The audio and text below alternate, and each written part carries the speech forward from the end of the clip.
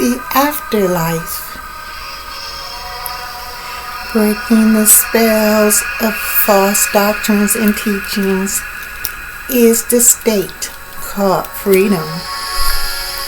The erroneous beliefs in heaven, hell, and reincarnation are only mental traps utilized to keep one compliant and unaware that the earth is the afterlife, the experiencing of the fallen state. The belief in the afterlife being obtained after so-called death is also to believe in the character or the personality as a reality which follows one into this afterlife of somewhere else. There is a belief in some sects and reincarnation, which states that a person's soul is reborn into a new body. For example, the Dalai Lama is a reincarnation. The idea that the person is returning.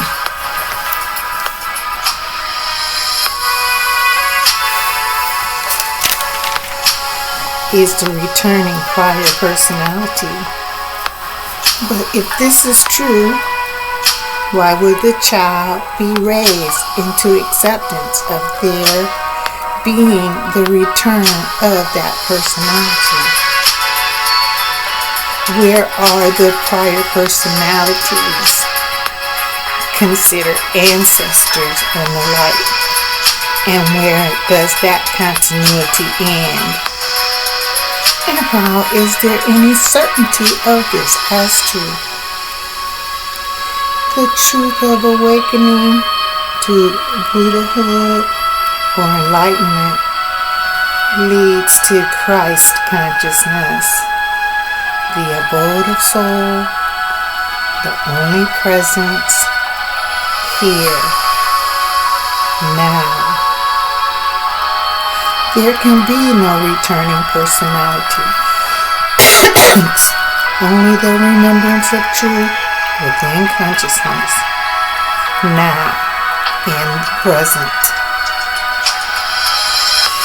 There are also many concepts through religious beliefs, philosophies, and dogmas of eternal suffering, purgatory, or paradise, which the personality can experience in the afterlife.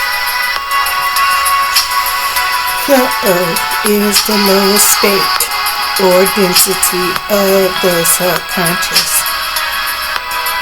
In some teachings, the duality of the subconscious is termed the demiurge and Sophia to represent the fall from the immaculate state.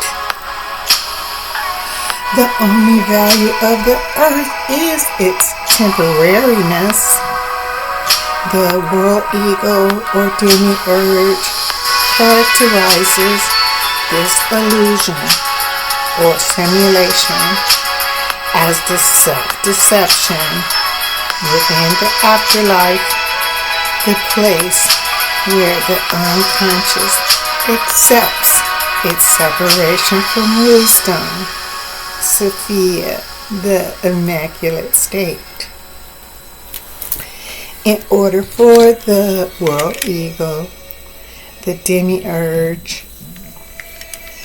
to challenge the legitimacy of the mystery and the mystical, which requires participation and is the permanent state, the demiurge would need to prove there is an otherness in form of place, hell, heaven, purgatory, and to take on flesh again as the same personality.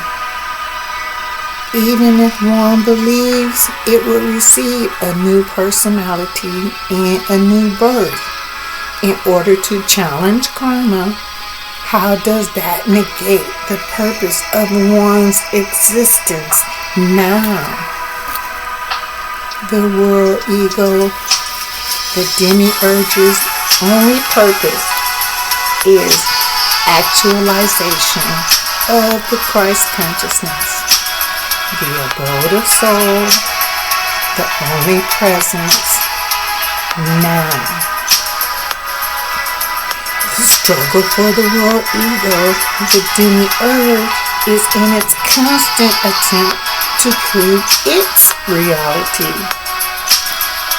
Because an ego can go outside, observe the sunset, or see the sun shining, is only proof of more temporariness.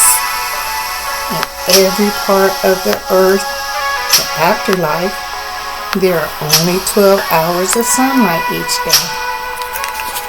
But behind that temporary false light is night, turned space, the mystery that is always there.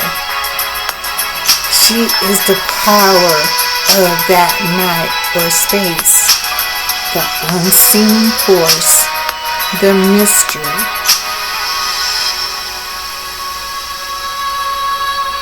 That holds the sun, an idea imposed upon her consciousness, and this same power maintains its orbit. The real ego, the demiurge, and its afterlife, the earth, is a provisional place, the fallen state of the subconscious. Due to its unreality, Sophia, higher consciousness, restores and delivers one from this hell stage of mental madness.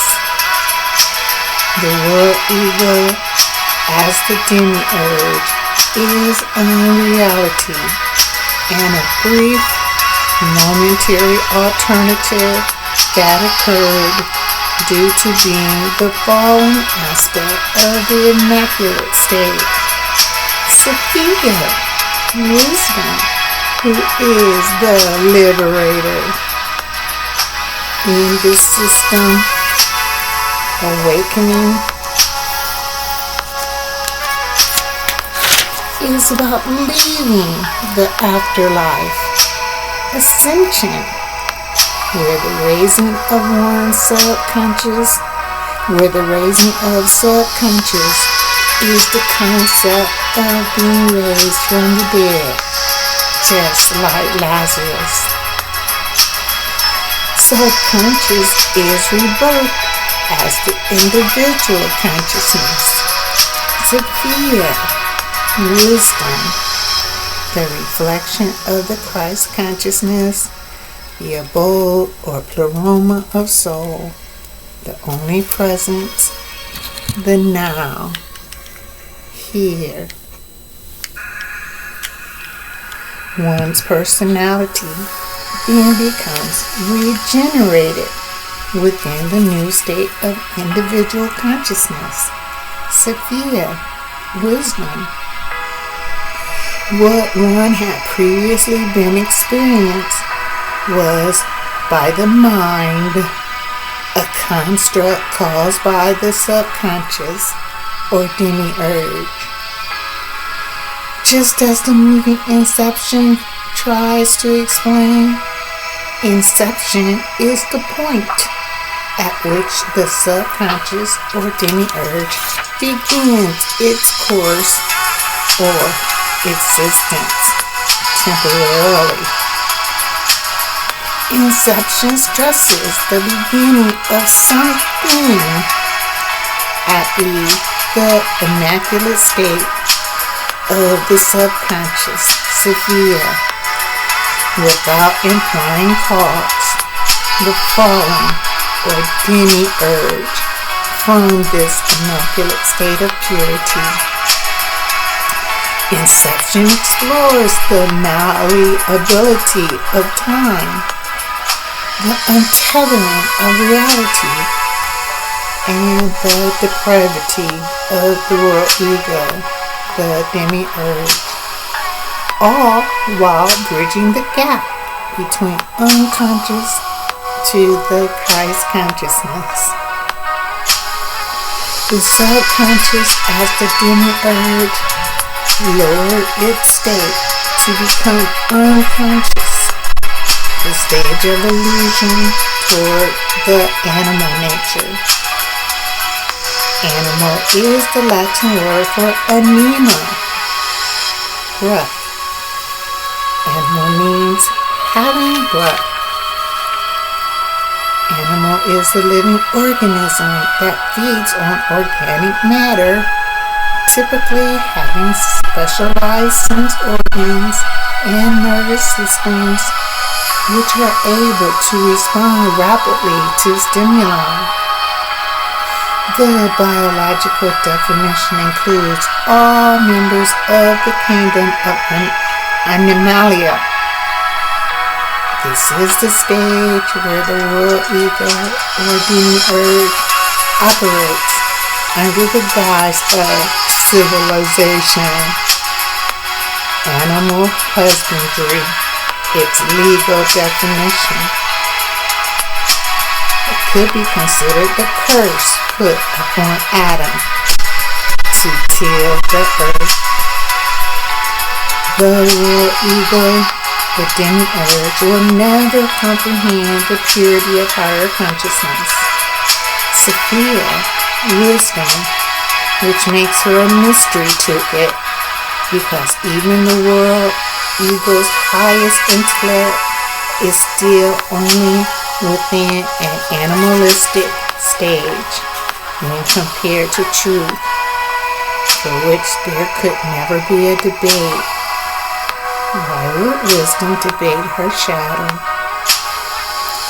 Etymology confirms this with the definition of animal. Any sentient living creature, including humans, any living being which breathes. All things share the same breath, anima, the beast. The air breathed by trees, the world ego, the demiurge. This breath is what is termed air, A-I-R. The air or beast is what supports the unconscious stage. Revelation 13 verse 15.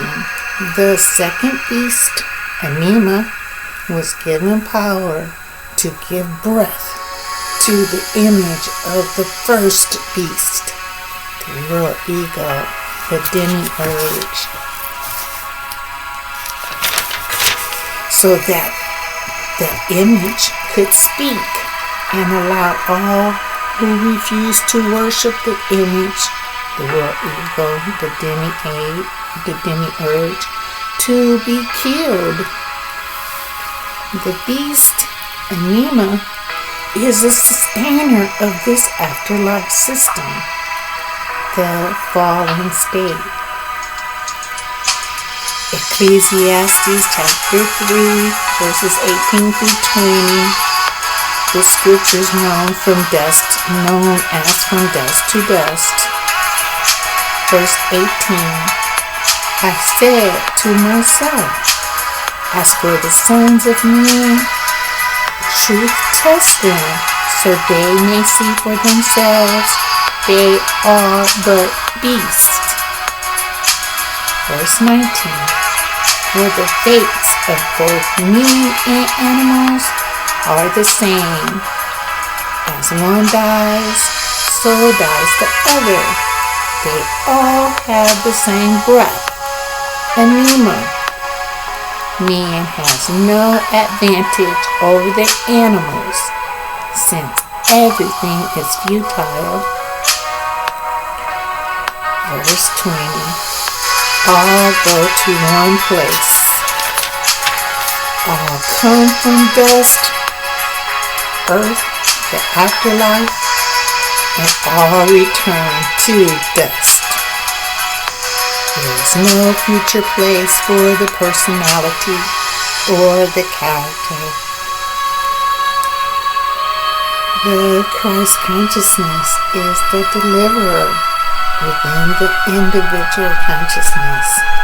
Sophia, wisdom, the reflection of the Christ consciousness. The abode of soul, the only presence. This is the meaning of Jesus Christ raising Lazarus, subconscious.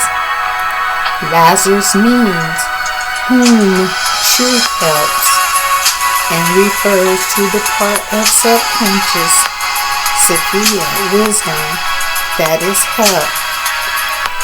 Though apparently utterly rejected by the world ego, the demiurge. The rich man and Lazarus. The rich man represents the outer conscious, and Lazarus, the inner consciousness. The outer, the rich man, appropriates through the senses and typifies belief in the world ego, the demiurge, who has a condition of typifying worldly riches. Luke chapter 16 verse 19 describes the state of subconscious which passes through the change called death, the end of the world ego, the demiurge, through awakening to higher consciousness. Sophia, wisdom.